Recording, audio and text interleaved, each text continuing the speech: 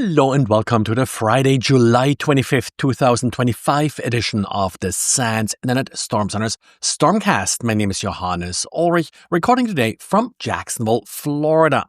And this episode is brought to you by the SANS.edu undergraduate certificate program in cybersecurity fundamentals.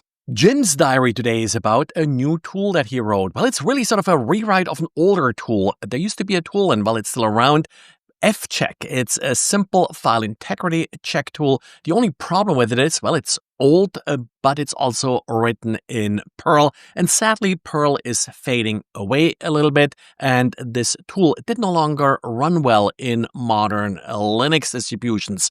Now, instead of spending the time on fixing the older tool, which again relies on Perl, Jim decided to take a more modern approach and rewrite the tool in Python. It works fast, it performs well, and it still uses the old configuration file, so it should be a pretty simple drop-in replacement.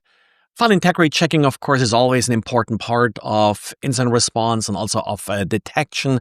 There are lots of other tools. Tripwire sort of is one of the original commercial tools here. 8 is in a lot of Linux distributions, OSEC, and with that, tools like Wazoo also do file integrity checks. But sometimes it's nice to have sort of a little Python script like this to just drop it on a system, do some quick investigation, maybe excluding some files during an investigation by determining that they have not been altered if you have a good configuration file for that particular system. Well, and then a quick update on SharePoint. Nothing really fundamentally new or different here. The one thing that's happening now that we're seeing in our honeypots is that more and more scans are attempting to hit some of the web shells backdoors that have been left behind. I consider them parasitic scans. They're basically looking for already compromised systems and trying to take advantage of them. Some of them are just guessing also file names. For example, one of the early file names being installed or being used for the backdoor that revealed the machine key was spinstall1.aspx. Well, they're now just varying the number, seeing what happened there. Also, one interesting one here I saw is like error 404.1.aspx. Maybe someone trying to fit in with some sort of normal files on the server in order to maybe trick an investigator to miss a particular backdoor.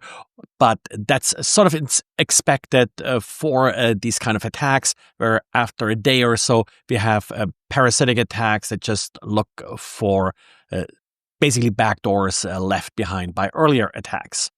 And well, then a couple of patches or vulnerabilities that you should be aware of ahead of the weekend. First one is in Mitel's MX1 product. It's an authentication bypass that could allow an attacker to get full user or admin access to the system, which of course is used to basically then manage part of your voice over IP infrastructure. So if you're using Mitel equipment, make sure that if you also use MX1, that it's properly patched and up to date. This is also one of those systems, and Mitel mentions that in its mitigation section, that you shouldn't really expose to the internet.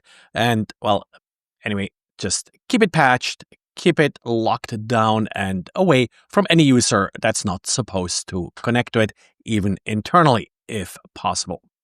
And if you are using SonicWall's SMA 100 product line, there is also a critical update for you. Now, I was a little bit on the fence whether or not I should cover this particular vulnerability.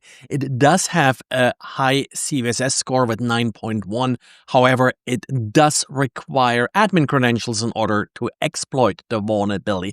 The reason I decided to actually cover it is we just had last week a story from Google's Threat Analysis Center that they have observed a lot of compromises of SMA 100 devices using stolen credentials. And this would be sort of the vulnerability that you would use then in order to gain persistent access to the device beyond just adjusting a couple of configuration settings.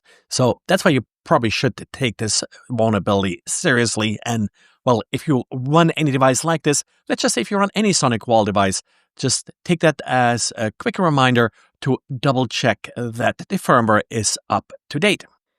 Well, and that's it for today. Thanks for liking, thanks for subscribing, thanks for leaving good reviews in your favorite podcast platform. That's it for this week, and thanks for listening, and talk to you again on Monday. Bye.